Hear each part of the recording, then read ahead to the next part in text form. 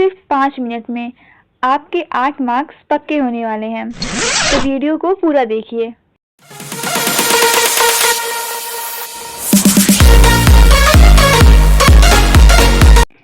Hello and welcome back in bio to biologist. आज हम class 12th के bio के सेक्सुअल रिप्रोडक्शन इन फ्लावर्स का हर एक इम्पॉर्टेंट टॉपिक और इम्पॉर्टेंट लाइन देखेंगे। तो आगे बढ़ने से पहले अगर आपको हर एक चैप्टर के इम्पॉर्टेंट टॉपिक्स पे वीडियो चाहिए तो चैनल को सब्सक्राइब कर लें और बायो में अपना 70 में 70 नंबर पक्का समझिए। तो आइए देखते हैं। तो ये पहला पेज, यहाँ पे ज़्यादा कुछ इम्पॉर्टेंट नहीं है, बस एक तो लाइन ही है। जैसे कि ये लाइन है कि all flowers show sexual reproduction. ये क्वेश्चंस MCQ बेस में कई बार पूछा जा चुका है और आगे भी पूछ सकते हैं। बाकी अगर बात करें तो ये जो डायग्राम है ये इट इज़ वेरी इम्पॉर्टेंट। ये आपको नीट में और बोर्ड एग्ज़ाम में हर जगह देखने को मिलेगा ही, तो इसको 100% अच्छे से देख लीजिए, ज़्यादा कुछ है नहीं इसमें। तो यहाँ पे एक और लाइन इम्पॉर्टेंट है जो कि ये है कि flowers are morphological and embryological marvels and site of sexual reproduction। ये लाइन भी बहुत इंपॉर्टेंट है इस पेज पे। बाकी अब आगे चलते हैं तो बता दें इसमें 3 इवेंट्स इंपॉर्टेंट हैं। मतलब पूरा चैप्टर 3 इवेंट्स के बेस्ड पे बना हुआ है। पहला है प्री फर्टिलाइजेशन इवेंट, उसके बाद आएगा फर्टिलाइजेशन, फिर इसके बाद आएगा पोस्ट फर्टिलाइजेशन। सबसे पहले प्री फर्टिलाइजेशन में देखें तो इसमें 2 चीज़ ज़्यादा इम्पॉर्टेंट है। एक तो है गैमेटोजेनेसिस और दूसरी है पॉलिनेशन। तो चलिए स्टार्ट करते हैं।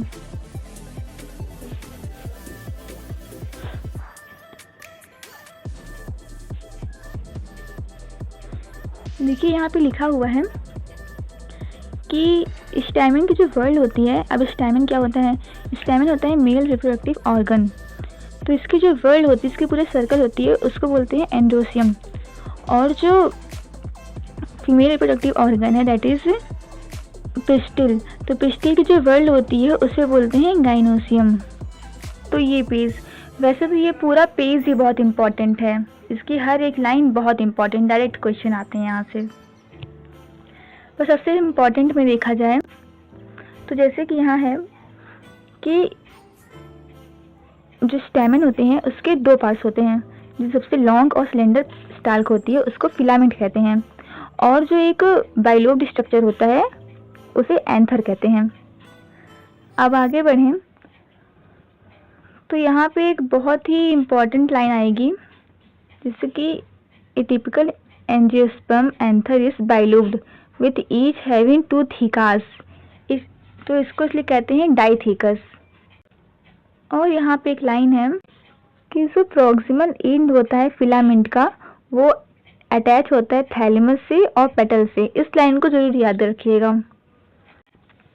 वैसे तो पूरे पेज पे आप एक बार नज़र घुमा लीजिएगा क्योंकि सब इम्पॉर्टेंट है इसमें। तो एक एंथर में 4 माइक्रोस्पोरेंजिया होते हैं और हर एक लोब में 1 लोब में 2 स्पोरेंजिया होते हैं।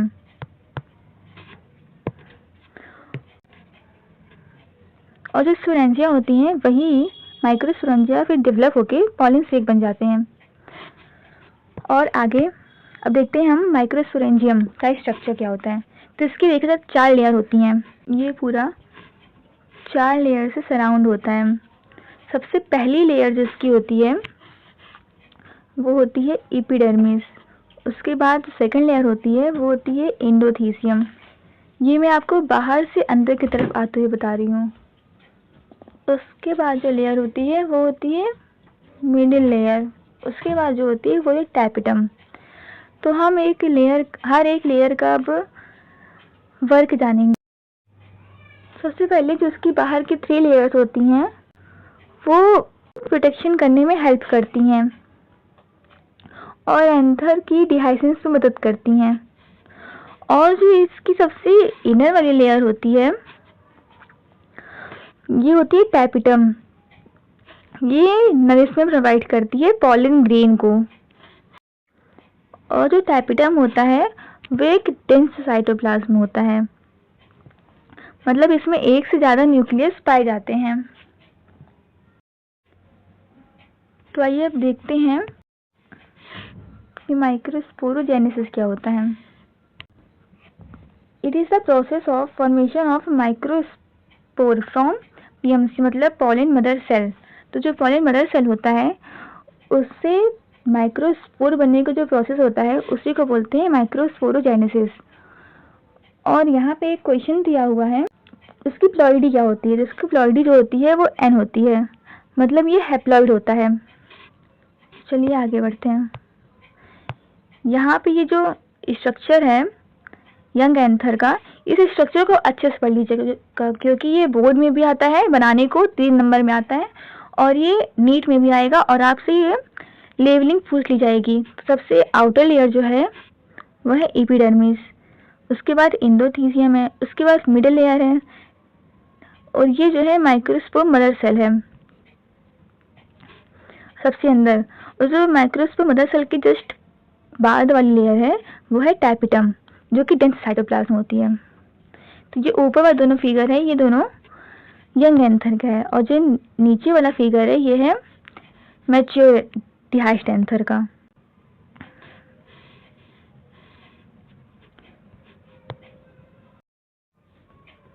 और अब बारी है पॉलन ग्रेन। तो पॉलन ग्रेन के बारे में मेनली इतना याद रखिएगा कि इसका जो डायमीटर होता है वो होता है 25 से 50 माइक्रोमीटर, इसका डायमीटर याद रखिएगा। और उसके बाद इसकी 2 लेयर होती हैं। सबसे पहले ये देख लीजिए, जितने खूबसूरत फिगर्स बने हुए हैं ये सब पॉलन ग्रेन के हैं। और ये सब क्यों होते हैं, क्योंकि इसकी 2 लेयर होती हैं। जो सबसे बाहरी लेयर होती है वो होती है एक्साइन। एक्साइन अपने हिसाब से अलग अलग स्ट्रक्चर को बना सकती है। तो यहाँ पे लिखा हुआ है डायमीटर के बारे में। और देन एक्साइन जो होती है ये बनी होती है स्पोरोपोलिनिन की। और ये बहुत रेजिस्टेंट होती है, मतलब ये हाई टेम्परेचर स्ट्रॉन्ग एसिड में भी और एल्कली में भी इसको कोई फ़र्क नहीं पड़ता है। और इसके बाद जो इसकी नेक्स्ट लेयर होती है वो होती है इंटाइन की। ये पैक्टिन एंड सेलुलोज की बनी होती है और ये थिन होती है और कॉन्टिन्यूस लेयर होती है। और जो ऊपर जो एक्साइन थी वो डिसकॉन्टिन्यूस लेयर होती है। तो इस पेज में इतनी बहुत इंपॉर्टेंट चीज़ें थी। और सबसे डायग्राम जो है इसको भी याद कर लीजिएगा। और यहाँ पे दिया हुआ है पॉलन एलर्जी के बारे में। तो बहुत सारे पॉलन प्रोडक्ट होते हैं उससे एलर्जीज भी देखी गई हैं। तो यहाँ पे आप बाकी पढ़ लीजिएगा। सबसे पहले सबसे इम्पॉर्टेंट जिसकी बात करते हैं जो कि वायबिलिटी है। वायबिलिटी मतलब पॉलन ग्रेन, कौन से पॉलन ग्रेन कितने समय तक जिंदा रह सकते हैं बिना फर्टिलाइजेशन के। सबसे पहले कुछ डाटा है, इसको बगल में लिख लीजिएगा कहीं आप। इसमें लिखा हुआ पैराग्राफ में आपको बगल से बता दे रहे हैं।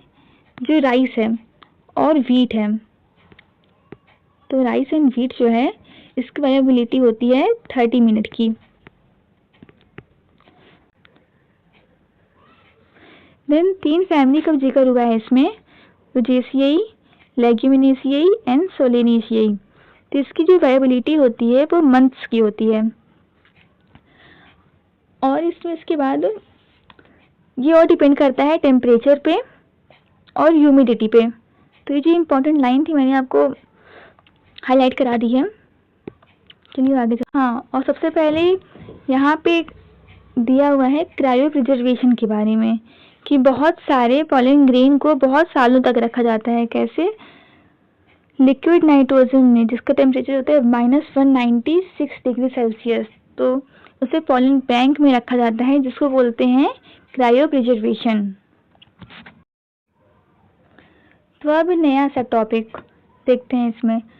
तो मैंने पहले बता दिया था आपसे कि गाइनोसियम जो होता है वो फीमेल रिप्रोडक्टिव पार्ट को, मतलब उसकी पूरी वर्ल्ड को रिप्रेजेंट करता है। और यहाँ जो इम्पोर्टेंट ये है कि सिंगल पिस्टिल जो होता है उसको मोनोकार्पली बोलते हैं, और जिस फ्लावर में कई सारे पिस्टिल होते हैं, मोर देन वन, उसको मल्टी कार्पलरी बोलते हैं।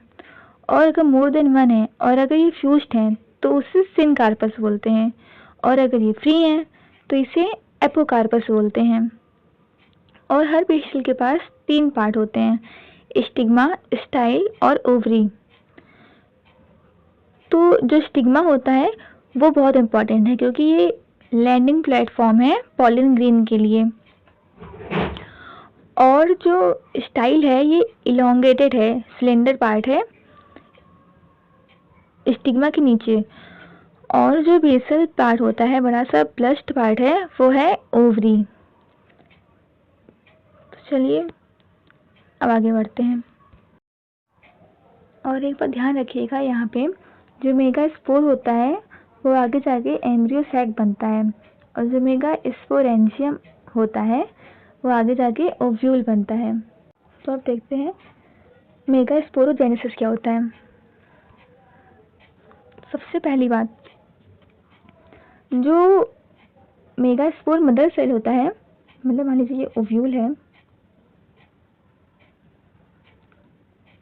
समझ लीजिए कि ओव्यूल है यहाँ पे, तो यहाँ पे एक मेगा स्पोर मदर सेल होता है, मियोसिस 1 होती है इसकी, मियोसिस 1 पे ये डायाड बनता है, फिर देन मियोसिस 2 होती है, देन ये टेट्राड बन जाता है।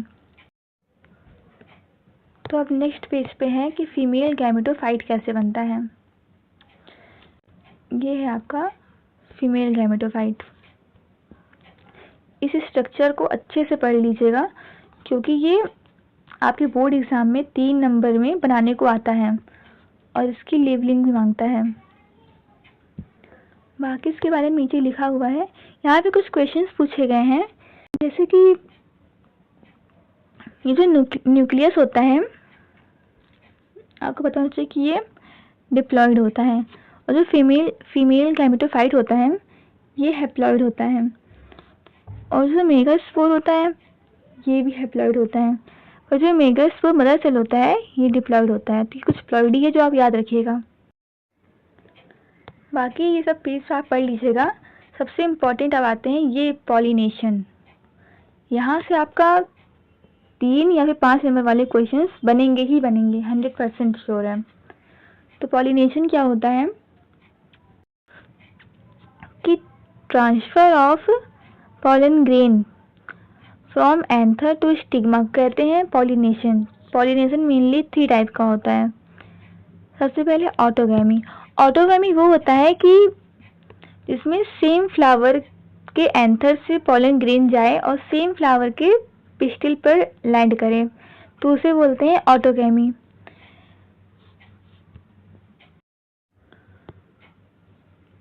उसके बाद आता है जिटनोगैमी। जिटनोगैमी मेनली वो होता है कि जो प्लांट सेम होता है पर अदर फ्लावर का जो एंथर से पॉलन ग्रेन जाता है वो उसी सेम प्लांट के दूसरे फ्लावर के स्टिग्मा पे लैंड करे, तो होता है जिटनोगैमी।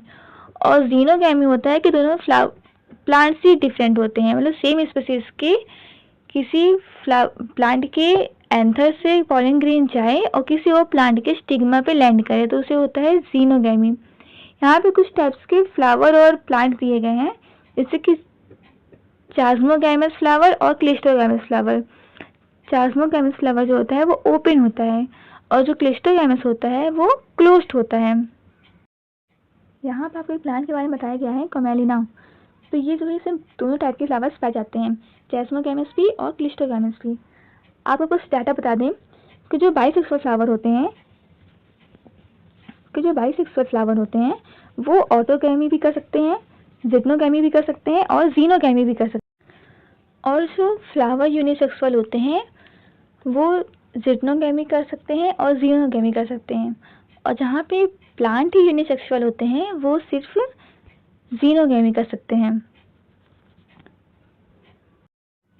तो ये पूरे पेज का मेनली यही निचोड़ है। फिर चलिए नेक्स्ट पेज से बढ़ते हैं। तो ये जो डायग्राम दिया हुआ है ये विंड पॉलिनेशन का दिया हुआ है। आप पॉलिनेशन अच्छे से पढ़ लीजिएगा। उसके बाद फिर आते हैं हम कुछ इम्पोर्टेंट लाइन पे। तो यहाँ पे कुछ इम्पोर्टेंट लाइन है कि वाटर से पॉलिनेशन करने वाले सिर्फ 30 जनरा हैं।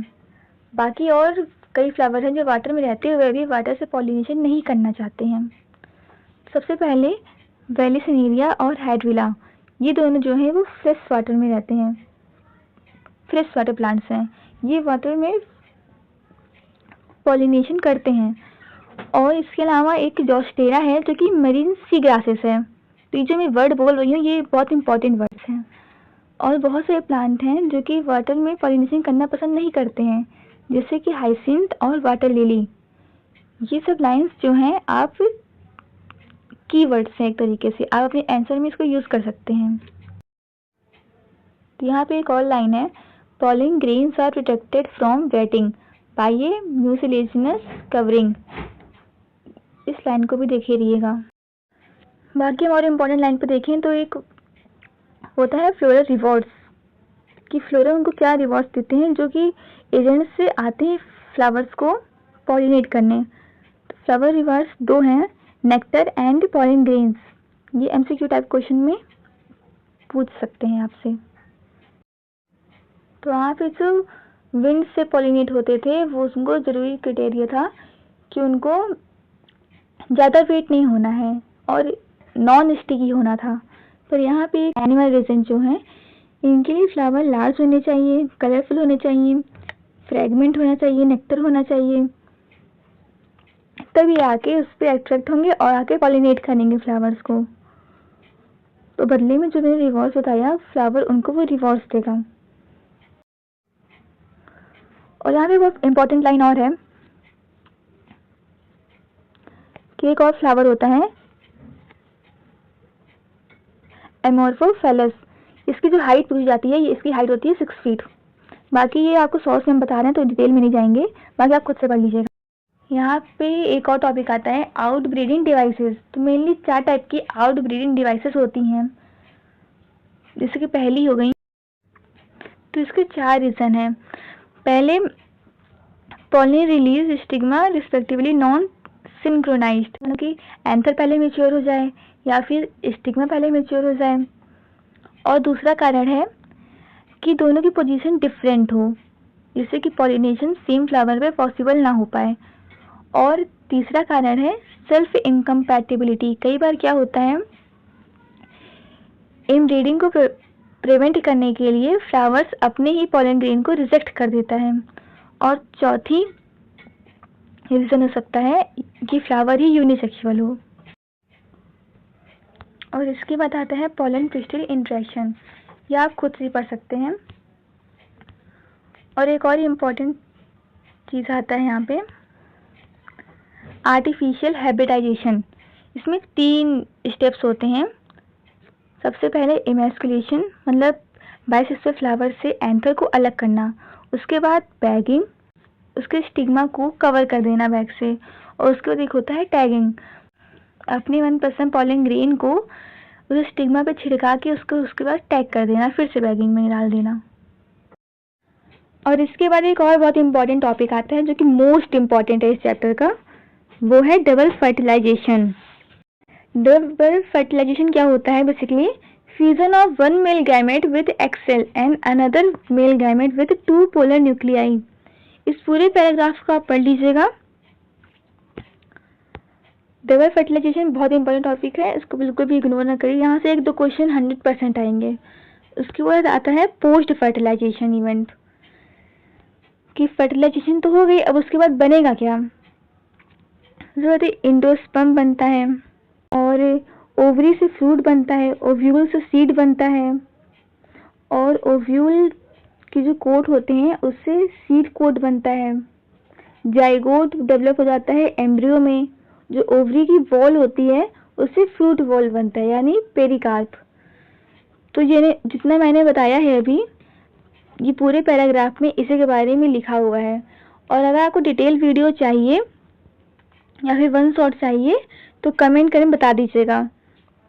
आज हमने सिर्फ इम्पॉर्टेंट टॉपिक और इम्पॉर्टेंट लाइन को देखा है। तो वीडियो को यहाँ तक देखने के लिए बहुत बहुत थैंक यू।